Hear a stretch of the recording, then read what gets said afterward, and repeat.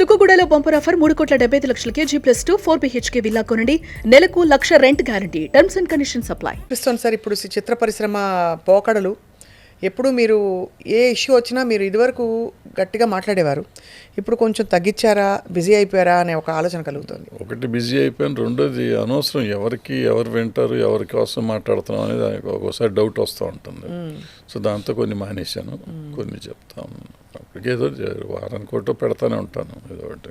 Sir ఈ మధ్య వచ్చిన పెద్ద హై బడ్జెట్ సినిమాలు మీరు ఒక కథాంశాన్నే ఒక హీరోగా చేసి సినిమాలు చాలా తీశారు. ఇప్పుడు ఎన్ని కోట్లు అనేది ఒక పెద్ద టాపిక్. ఫస్ట్ అసలు దాని క్వాలిఫికేషన్ చెప్పడానికి 300 కోట్లు 200 కోట్లు అవలీలగా మాట్లాడేస్తున్నారు అందరూ. ఈ పోకడ దాని ఫలితం రావడం వీటి గురించి మీ అభిప్రాయం ఏంటి సార్? అంటే ఏలమేరికి ఇప్పుడు ఆ బాహుబలి తీసి రాజమౌళి గారు ఎంత గౌరవం పెంచాడో తెలుగు సినిమాకి కానీ లేకపోతే ఇండియన్ సినిమాకి కానీ ఆయన ఆఫ్టర్ బాహుబలి గౌరవం పెరిగిపోయింది. అసలు ఎంతైనా కలెక్ట్ చేస్తే సినిమాలు we can compete with Hollywood అనే లెవెల్కి తీసుకెళ్ళాడు ఆయన. పులిని చూసి నక్కవాత పెట్టుకుందని ప్రతివాడు ఆయనలాగా తీద్దామనో లేకపోతే పాన్ ఇండియా అనో, ఎప్పుడో సంవత్సరానికి ఒక పాన్ ఇండియా 2 పాన్ ఇండియాలు తీసుకుంటే తప్పులేదు. ప్రతి సినిమాని పాన్ ఇండియా అనుకుంటాం అనేది కరెక్ట్ అయిన విషయం కాదు. సో దాంతో ఏమవుతుంది, ఈ పెద్ద సినిమాలు అంటున్నారు. పెద్ద సినిమాలు అని చెప్పబడే సినిమాలు అన్నీ ఆర్టిస్ట్ రెమ్యునరేషన్లు లెక్కేసుకుంటే పెద్ద సినిమాలు తప్ప పెద్ద సినిమాలు కాదు. వాళ్ళు అర్థం చేసుకోవాల్సింది ఏంటంటే రాజమౌళి గారికి మిగిలిన వాళ్ళకి తేడా ఏంటంటే, రాజమౌళి గారు 1000 కోట్లు పెడతాడా, 10,000 కోట్లు పెడతాడా, 2,000 కోట్లు పెడతాడా, 100 కోట్లు పెడతాడు, ఏం పెట్టినా కానీ సినిమా మీద పెడతాడు. అంటే హార్డ్లీ 10 to 20% రెమ్యునరేషన్స్ ఉంటాయి దాంట్లో, మిగతాదంతా సినిమాల మీద ఉంటుంది. ఇక్కడ ఏంటంటే 80% రెమ్యునరేషన్స్, 20% సినిమా మీద పెడుతున్నారు. ఇది పెట్టి మేము ఆయనతో కంపీట్ చేస్తూ ఉంటున్నారు. ఆయన చేసే పద్ధతి వేరు, ఆయన సినిమా ఆలోచన వేరు, ఆయన మార్కెటింగ్ వేరు, ఆయన కన్సీవ్ చేసే కథా విధానం వేరు. సో ఆయనతో పోటీ పెట్టుకోవటం మనకు అనవసరం. ఇప్పుడు ఫర్ ఎగ్జాంపుల్ అనిల్ రావిపూడి గారిని తీసుకుందాం ఈ మధ్యకాలంలో. అంతకుముందు పూరి జగన్నాథ్ గారు, వీళ్ళు గబగబా సినిమాలు తీస్తున్నారు. ఆయన సక్సెస్ఫుల్ సినిమాలు తీశారు కదా. పాన్ ఇండియా అంటున్నారు. పాన్ ఇండియా అని చెప్పబడి తీస్తున్న సినిమాలతో కంపేర్ చేస్తే వీళ్ళ సినిమాలు అప్పుడు ఉన్న హయ్యెస్ట్ గ్రాసర్స్తో పాటు సమానంగా చేసినాయి.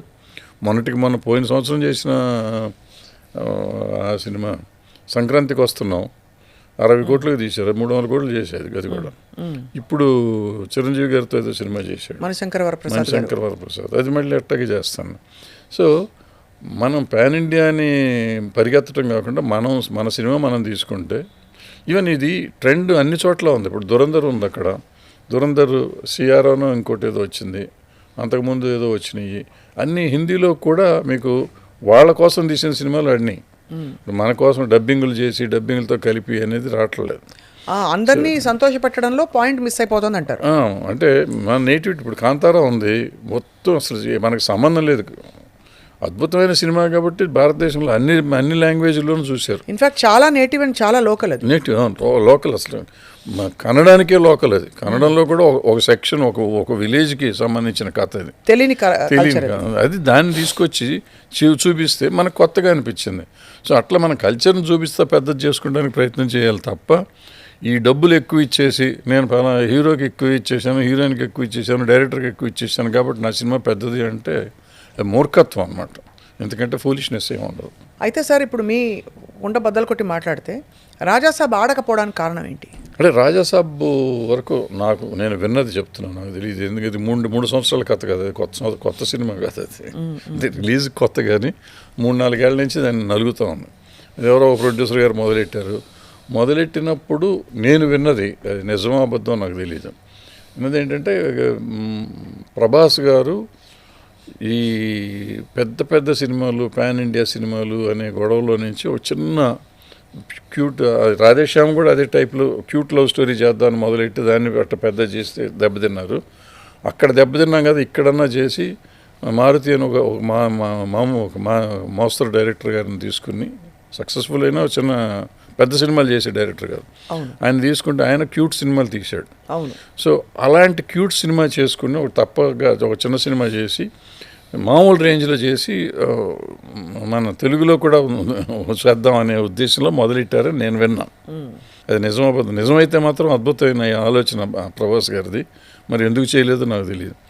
దాన్ని మెల్లిమెల్లిగా పెంచుకుంటూ పోయి తీసి దాన్ని ఏదో పాన్ ఇండియా అనుకుని అది చేసి ఇది చేసి 2 సంవత్సరాల్లో సినిమా తీసేదాన్ని తీసి రీషూట్ చేసి అది చేసి ఇది చేసి అనుకున్న కథ లేకుండా చేసి ఉంటారు. నేను చూడలే సినిమా, నాకు తెలీదు.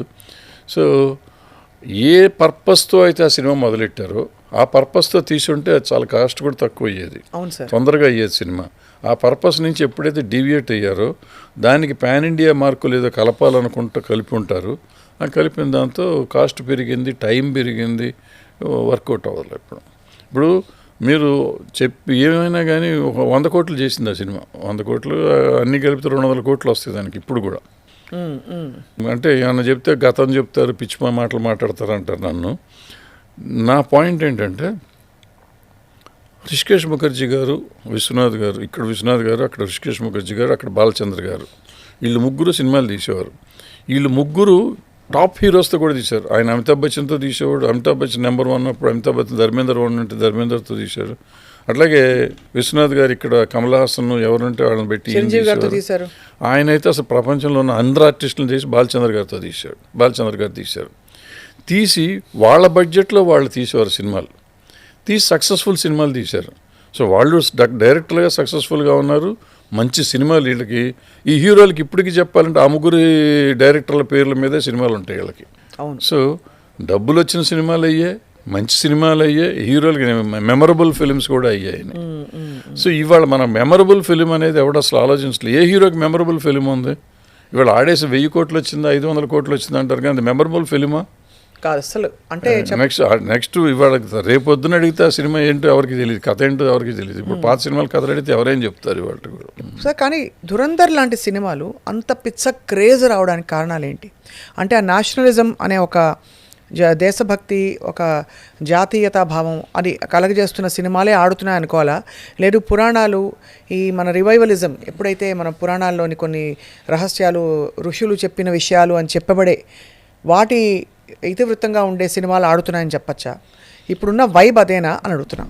అది కాదు, అంటే కొంతవరకు ఉంది అది. అంటే నేషనలిజం అని కానీ లేకపోతే మతం సనాతనం అని అయ్యని చెప్పి తీసుకొచ్చి కొంతవరకు డైవర్ట్ చేసిన మాట నిజమే, కొంతవరకు అటువంటి సినిమాలు ఆడుతున్న మాట కూడా నిజమే కొంతవరకు. బట్ దురంధర్ దగ్గరికి వచ్చేటప్పటికి it's not that. Dhurandhar making a different. Dhurandhar ఒక స్టైలైజ్డ్ సినిమా. బట్ అన్ఫార్చునేట్గా దాన్ని ఏం చేశారంటే దాన్ని కూడా పొలిటికలైజ్ చేసుకుని దాన్ని వాడుకునే వాళ్ళు వాడుకుంటున్నారు. దాంట్లో ఏ రకంగానూ పొలిటికల్ సినిమా కాదు. ఆ టైంకి కాబట్టి అది ఏదో చూపించుంటారు వాళ్ళు. చూపించింది అతనికి అడ్వాంటేజ్ అయ్యి ఉండొచ్చు, ఈ ఇప్పుడున్న గవర్నమెంట్కి ప్రో గవర్నమెంట్ లాగా ఉండి ఉండొచ్చు. బట్ విషయం ఒకటి ఏంటంటే ఒక జరిగిన కథ అది, ఈయనది కాదు, హీరోది జరిగిన కథ కాదు, మిగతా అన్ని క్యారెక్టర్స్ జరిగిన కథ. పాకిస్తాన్లో ఒక జరిగిన కథను తీసుకుని ఆ కథలో ఒక ఇండియన్ స్పై దాంట్లో దూరి చేస్తే ఏమవుతుంది అనేది ఈయన ఆలోచించాడు. అవును, ఆలోచించి అదే లొకేషన్ సెట్లు వేసుకుని అవి చేసుకుని దాన్ని చేస్తే అద్భుతంగా ప్రజెంట్ చేశాడు. ఎక్కడ ఇవాళ ఈ మీరు ఇందాక అడిగారు కదా పెద్ద సినిమాలని, పెద్ద సినిమా అంటే మనకేంటంటే ఎలివేషన్స్ అంటున్నారు. ఈ మధ్య కొత్తగా కనిపెట్టారు.